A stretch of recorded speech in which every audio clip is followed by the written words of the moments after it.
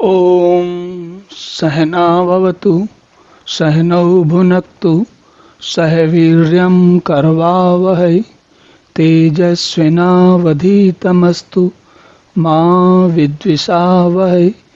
ओम शांति शांति शांति। हरि ओम। तो हमने देखा कि पिछले दो श्लोकों से भगवान कह रहे हैं कि आत्मा न तो हत होता है न हंता होता है।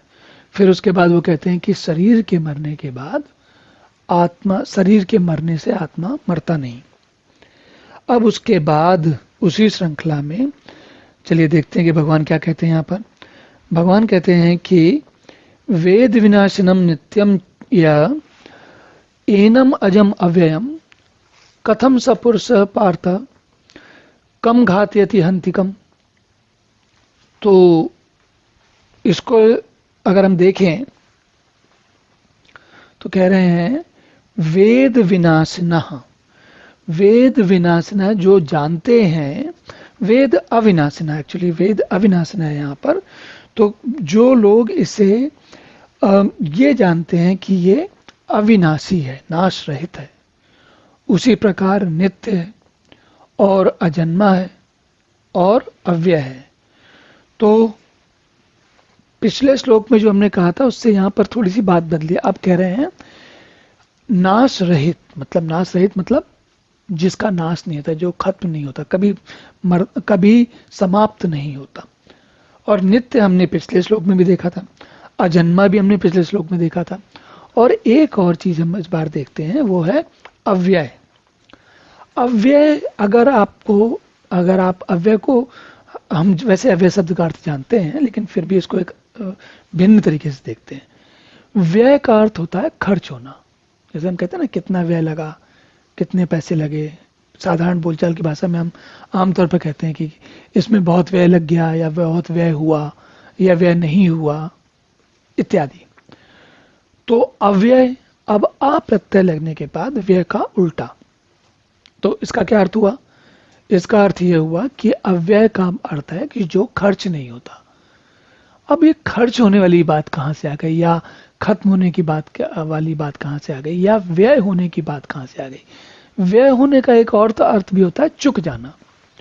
तो जो ये व्यय होता है, उस शब्द को अगर हम थोड़ा समझें तो व्यय का अर्थ होता है कि हम कोई काम करते हैं, उपयोग करते हैं, जीवन होता है और धीरे धीरे व्यतीत हो जाता। कहते हैं ना, जैसे व्यय अतीत, जिसने पर जो अपना समय गुजारते जा रहे हैं उसको व्यतीत कहते हैं। तो व्यय शब्द को समय से समझना चाहिए, और समय से और हमारी अवस्था से। जैसे एक उदाहरण समझे, और साधारण उदाहरण समझने के लिए सबसे बढ़िया धन का है। धन व्यय हो गया या धन व्यय नहीं हुआ। अगर धन अव्यय हो तो सोचिए कैसा होगा। हमारे पास हमेशा धन रहेगा, धन के बारे में कभी कोई चिंता करनी ही नहीं पड़ेगी। तो यहाँ पर समझने की बात यह है कि भगवान जो है, आत्मा जो है, वो आत्मा अव्यय है, अजन्मा है और अव्यय है। ये बात ठीक भली भांति समझने की आवश्यकता है। तो हमने समझ लिया नाश रहित, नित्य, अजन्मा और अव्यय। अब इससे हम इसका फल निकालते हैं। ये स्थिति लगभग वैसी हो रही है जैसे कि वो गणित के विद्यार्थी होते हैं, कोई दो समीकरणों को लेकर कोई इसका हल निकालते हैं, फल निकालते हैं, कोई अर्थ निकालते हैं। वैसी ही स्थिति यहाँ पर हो रही। कैसे? भगवान कह रहे हैं कि जो पुरुष इस आत्मा को नाश रहित, नित्य, अजन्मा और अव्यय जानता है, अगर हमें ये बात समझ में आ जाए कि कोई एक बात हो रही है, तो हमको ये भी समझ में आ जाता है कि इसके फलस्वरूप अब कुछ और बातें नहीं होंगी। कैसे? अगर हमें पता है कि आत्मा नाश रहित है, मरता ही नहीं है, नित्य है, अजन्मा है, कभी चुकता ही नहीं है और कभी व्यय नहीं होता, तो हमको ये भी बात समझ में आ जाएगी कि भाई आत्मा को कोई कैसे मारेगा। जो चीज चुकती नहीं, जो व्यय नहीं होती, उसको कैसे मारोगे आप? और आत्मा जो है कैसे मारोगे और कैसे मरवाओगे? क्योंकि मरवाने के लिए क्या चाहिए भाई? या तो अनित्य होना चाहिए, उसको, या फिर अव्यय व्यय होना चाहिए, तब जाके मरेगा वो।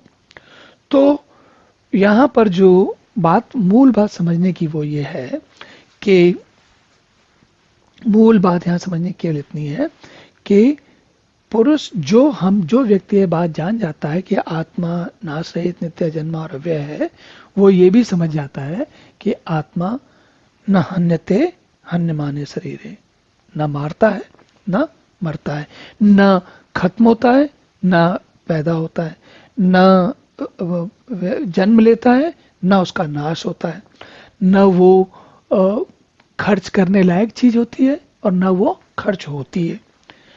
तो अब अगला श्लोक देखते हैं।